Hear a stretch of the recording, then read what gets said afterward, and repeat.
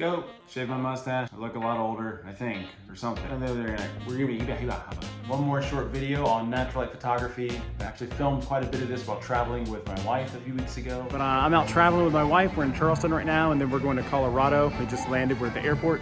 And I'm gonna make some quick tutorials as we go on just how to see light. And so this is gonna be based on natural light photography. So as you can see right now, I'm gonna turn the camera around, so I'll just turn around.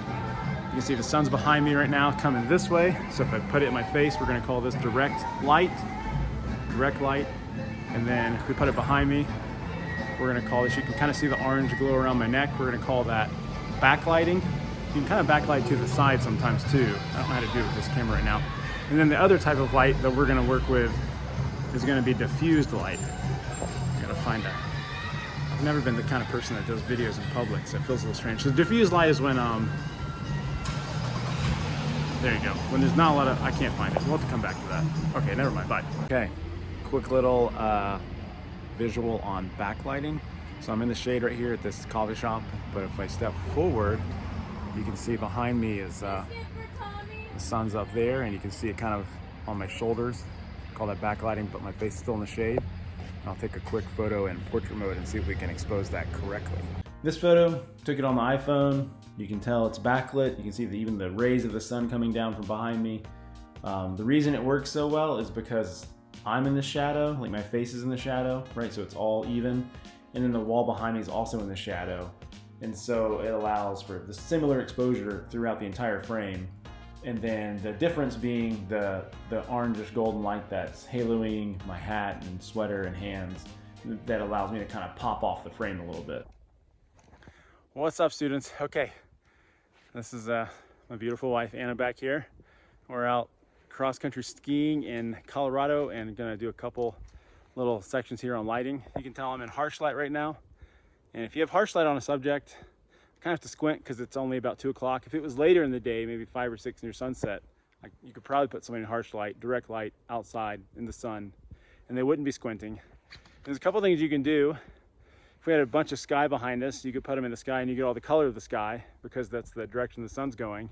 Versus if the sun was against the sky, it would be white. Or when you put someone in the sun, you can put a dark backdrop behind them, and then when you edit it, it makes them pop out more because the backdrop's dark. If that makes sense. And then you can turn around here. You can see the light changing on my face. Turn around, you get that backlight. Little rim light, and when you backlight somebody, you can see the sky already. It's white up there, not blue anymore because the sun's behind me, so it's just white. But when you backlight, you can kind of put dark behind the person again. It makes them pop a little more because the light is kind of just going around their outsides on their shoulders. I mean, I'll take a couple photos and show you of that. That's another little side light backlit photo. One more of Anna and I. Just gave my phone to a gentleman, asked him to photograph us, and I intentionally moved Anna and I into this kind of lit up area on the path in the snow. We could have done it in the shade, but then we would have been kind of, flat against the trees because it would all just been shade. So putting us out into the light like that, even though our faces are in the shade and the trees behind us are in the shade, there's that beam of light that intersects it that allows us to kind of pop off of the photo a little bit. Hey again, I'm in a bookstore. And I saw this light, and it made me think, sometimes I like to use lamps. So you just kind of turn the lamp and get your subject in the light.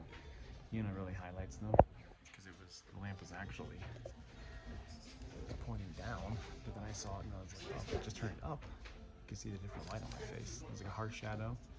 You point it in your subject's face. And this is an example of that, like using a lamp for direct light. This was at a hotel lobby in Savannah, and I just grabbed this lamp and I think I pulled it over to this chair and had him sit just like this so that it would only light up half his face. I didn't want his full face lit up because it would kind of take away some of the mystery of the photo or of his presence.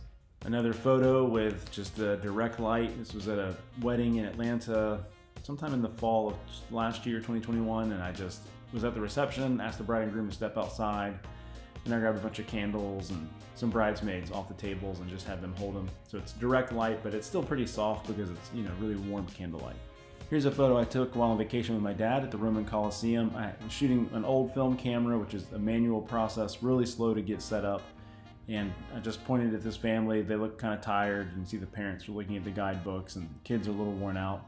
So I think the harsh shadows and the direct light and him squinting his eyes, for me it all tells one story, that they're tired and kind of not really sure what's going on next. So I like the harsh light look for this. This is somewhat of a combination, I guess, of side light and harsh light done in Cuba. I just asked this groom to stand on the sidewalk and to run and jump backwards towards me, actually, and he turned towards the sun as he jumped.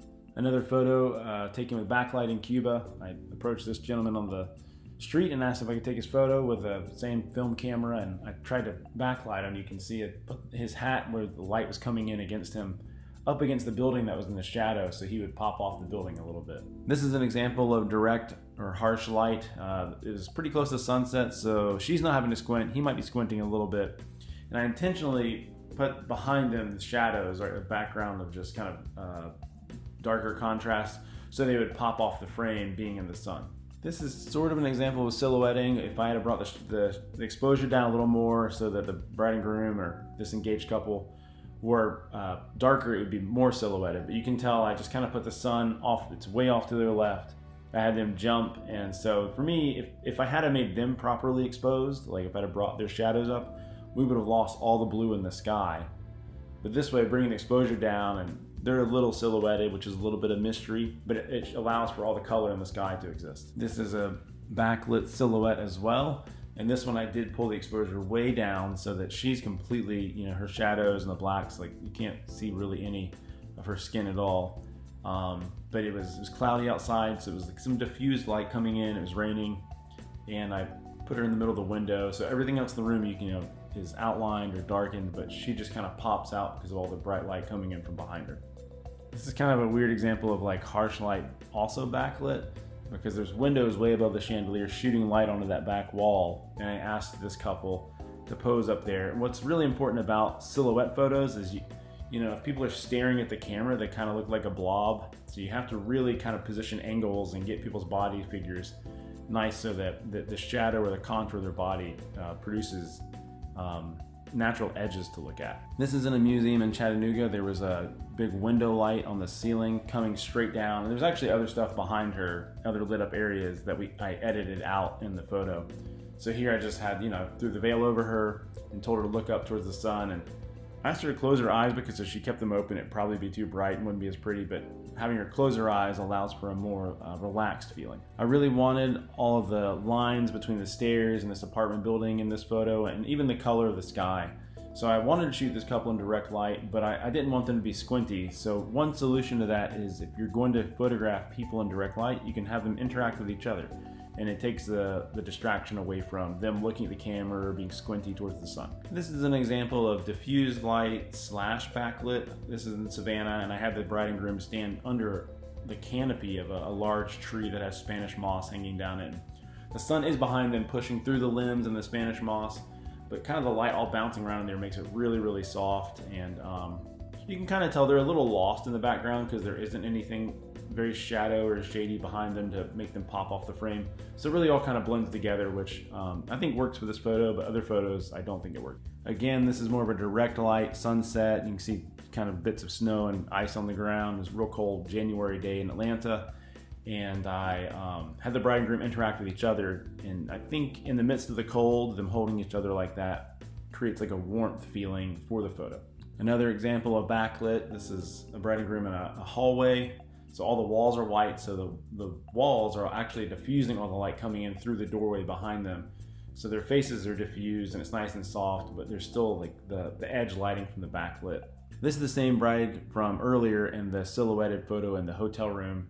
Since it was raining so much on their wedding day, I actually got them in this parking deck for a second, and all the light is diffused from the rain and the clouds, but then even diffused more coming through into the parking deck. So just real soft. I intentionally told her to play with her dress while he was staring at me.